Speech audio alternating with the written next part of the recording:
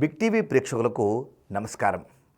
తిథేశ్చ శ్రేయమాప్నోతి వారాద్ ఆయుష్యవర్ధనం నక్షత్రాద్ హరదే పాపం యోగాద్ రోగ నివారణం కరణం కార్యసిద్ధిశ్చ పంచాంగ ఫలముత్తమం అని జ్యోతిష శాస్త్రం తెలియజేస్తుంది. నిత్యము పంచాంగాన్ని ఫాలో కావడము, పంచాంగాన్ని వినడము, పంచాంగాన్ని తెలుసుకోవడం ద్వారా తిథి, వారము, నక్షత్రం, యోగం, కరణము విశేషమైనటువంటి శుభ ఫలితాలను ఇస్తాయి. కనుక పంచాంగ శ్రవణం చాలా అనివార్యమైనటువంటిది, చాలా విశేషమైనటువంటిది. అలాంటి పంచాంగానికి సంబంధించినటువంటి విశేషాలను మనం తెలుసుకుంటున్నాము. నేటి పంచాంగ విశేషాలలోకి వెళ్తే స్వస్తి శ్రీ చాంద్రమాన శ్రీ క్రోధినామ సంవత్సరం, దక్షిణాయనం, వర్ష ఋతువు, శ్రావణ మాసము, శుక్లపక్షము. ఈరోజు తేదీ ఆగస్టు 10, 2024 సంవత్సరము. తిథి షష్ఠి రాత్రి 1:28 వరకు. వారం శనివారము. ఈరోజు నక్షత్రం చిత్త రాత్రి 3:02 వరకు. యోగం సాధ్యయోగము మధ్యాహ్నం 2:50 వరకు. తదుపరి శుభయోగము. కరణము కౌలవ కరణము సాయంత్రం 4:32 వరకు. తదుపరి తైతుల కరణం. సూర్యోదయము 5:57 సూర్యాస్తమయము 6:47 వర్జ్యం ఉదయం 9:21 నుండి 11:07 వరకు. దుర్ముహూర్తం 5:49 నుండి 7:30 వరకు. రాహుకాలం ఉదయం 9 గంటల నుండి 10:30 వరకు. యమగండం మధ్యాహ్నం 1:30 నుండి 3 గంటల వరకు. ఇది పంచాంగానికి సంబంధించినటువంటి విశేషాలు. ఈరోజు పంచాంగములో శుభయోగాలు ఏ విధంగా ఉన్నాయి ఆ విషయాలు ఇప్పుడు తెలుసుకుందాం. ఈరోజు గుళిక కాలము ఉదయం 5:58 నుండి 7:34 వరకు. గుళిక కాలంలో చేసేటువంటి మంచి పనులు మళ్ళీ మన జీవితంలో రిపీట్ అయ్యేటువంటి అవకాశం, అంటే వెంటనే రిపీట్ అయ్యే అవకాశం ఉంటుంది.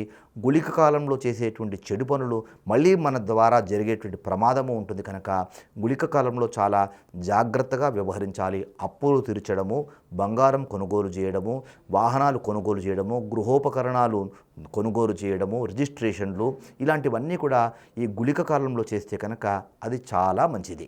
ఇక బ్రహ్మ ముహూర్తం. ఈరోజు బ్రహ్మ ముహూర్తము ఉదయం 4:28 నుండి 5:13 వరకు.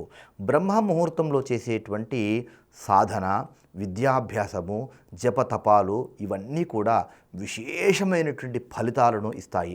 సాధారణ సమయాల్లో చేసేటువంటి జపతప అనుష్ఠానాల కంటే కూడా బ్రహ్మ ముహూర్తంలో చేసేటువంటి జపతప అనుష్ఠానాలు, విద్యాభ్యాసము ఇవన్నీ కూడా అధికమైనటువంటి ఫలితాన్ని ఇస్తాయి. కనుక బ్రహ్మ ముహూర్తము అంతటి విశేషమైనటువంటిది. ఇక ఈరోజు అభిజిత్ లగ్నము ఉదయం 11:56 నుండి మధ్యాహ్నం 12:47 వరకు. విజయ ముహూర్తము ఈరోజు మధ్యాహ్నం 2:29 నుండి 3:20 వరకు. గోధూళి ముహూర్తం సాయంత్రం 6:45 నుండి 7:07 వరకు. బ్రహ్మ ముహూర్తము, అభిజిత్ లగ్నము, అమృతకాలము, విజయ ముహూర్తము, గోధూళి ముహూర్తం ఇవన్నీ కూడా విశేషమైనటువంటి ఫలితాలను, విశేషమైనటువంటి శుభయోగాన్ని ఇచ్చేటువంటి సమయాలు. ఏవైనా ముఖ్యమైనటువంటి పనులు ఆచరించాలనుకుంటే కనుక ఇప్పుడు చెప్పినటువంటి ఈ 4 కాలాల్లో కనుక ఆచరిస్తే చాలా వరకు మీకు విజయము లభించడం అనేటువంటిది చాలా వరకు జరిగే అవకాశాలు ఉంటాయి. కనుక ఈ సమయాలను సద్వినియోగం చేసుకోవాలి. ప్రాతః సంధ్యా సమయము 4:51 నుండి 5:58 వరకు. ఈ సమయంలో సంధ్యావందనము, దేవతార్చన మొదలైనటివి ఆచరించుకోవచ్చు. సాయం సంధ్యా సమయము 6:45 నుండి 7:52 వరకు. సాయంకాలము సంధ్యా సమయంలో సంధ్యావందనము, దీపారాధన, దేవతార్చన వంటివి ఆచరించుకోవాలి. ఇక ఇవన్నీ కూడా నేటి తిథికి సంబంధించినటువంటి, నేటి పంచాంగానికి సంబంధించినటువంటి శుభ అశుభ సమయాలు అన్నీ కూడా మనం ఇప్పటివరకు తెలుసుకున్నాం కదా. ఇది నేటి పంచాంగము. ఇక నేటి విశేషం తెలుసుకుందాం. తిథి ప్రత్యేకం అంటామన్నమాట. అంటే ప్రతి తిథికి కూడా ఒక్కొక్క విశేషము ఉంటుంది. అలాగే ఈ రోజున శ్రావణ శుద్ధ షష్ఠి. మరి నేటి విశేషం ఏంటి? నేటి విశేషము సూర్య షష్ఠి వ్రతం. శ్రావణ మాసంలో వచ్చేటువంటి శుద్ధ షష్ఠి రోజున సూర్యవ్రతాన్ని ఆచరించాలి. అలా ఆచరించినటువంటి మానవులకు సూర్యనారాయణ స్వామి యొక్క అనుగ్రహం చేత ఐశ్వర్యము, ఆరోగ్యము లభిస్తాయి అని మనకు సాంప్రదాయంలో చెప్తారు. సూర్యుడిని ఆరాధిస్తే ఆరోగ్యం లభిస్తుందండి, కానీ ఐశ్వర్యం ఏ విధంగా వస్తుంది అనేటువంటి సందేహం చాలామందిలో ఉంటుంది.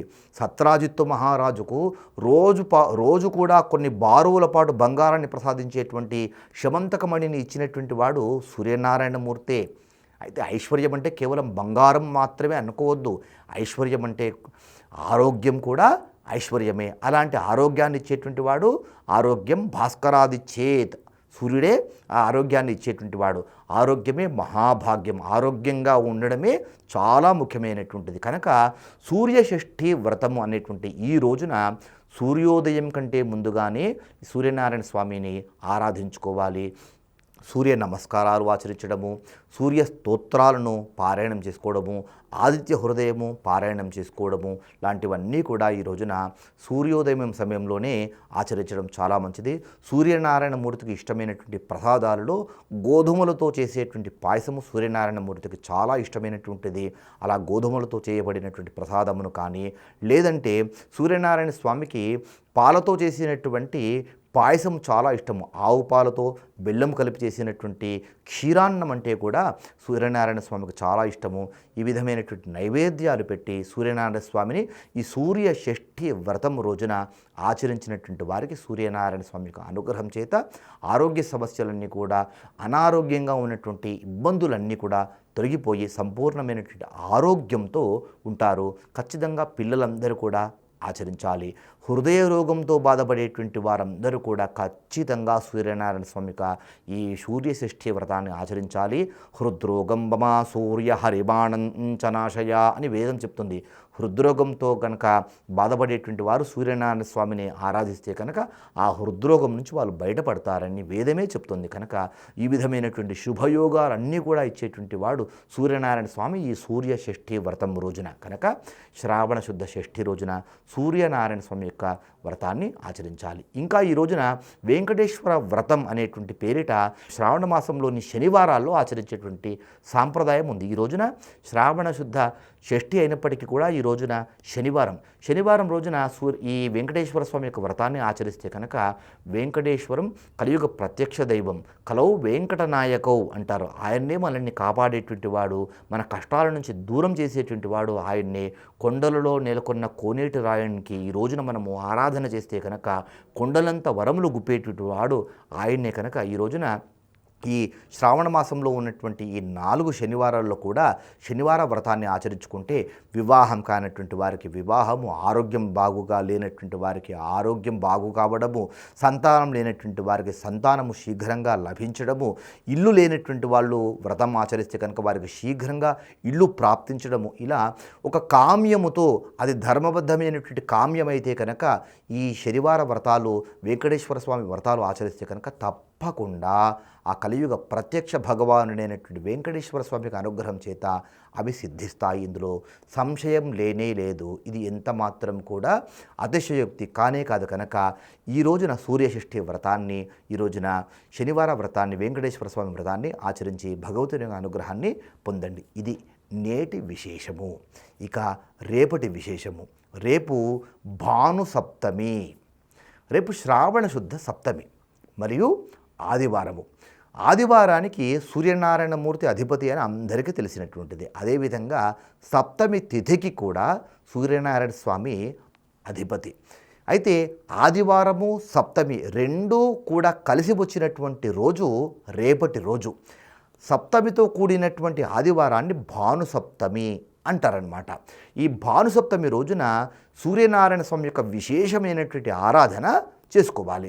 ఏ విధంగా అయితే మనము రథసప్తమి రోజున మనము సూర్యనారాయణ స్వామిని పూజిస్తామో అదేవిధంగా భానుసప్తమి రోజున కూడా పూజించాలి. మరి భానుసప్తమి రోజున ఏమేం చేయాలి రేపటి రోజున అంటే, సూర్యషష్ఠి వ్రతమైనటువంటి ఈ రోజున మనం ఏమేం చేస్తున్నామో అవన్నీ కూడా భానుసప్తమి రోజున ఆచరించుకోవచ్చు. చక్కగా భానుసప్తమి రోజున తెల్లవారుజామే సూర్యనారాయణ స్వామి యొక్క వ్రతాన్ని, పూజను ఆచరించండి.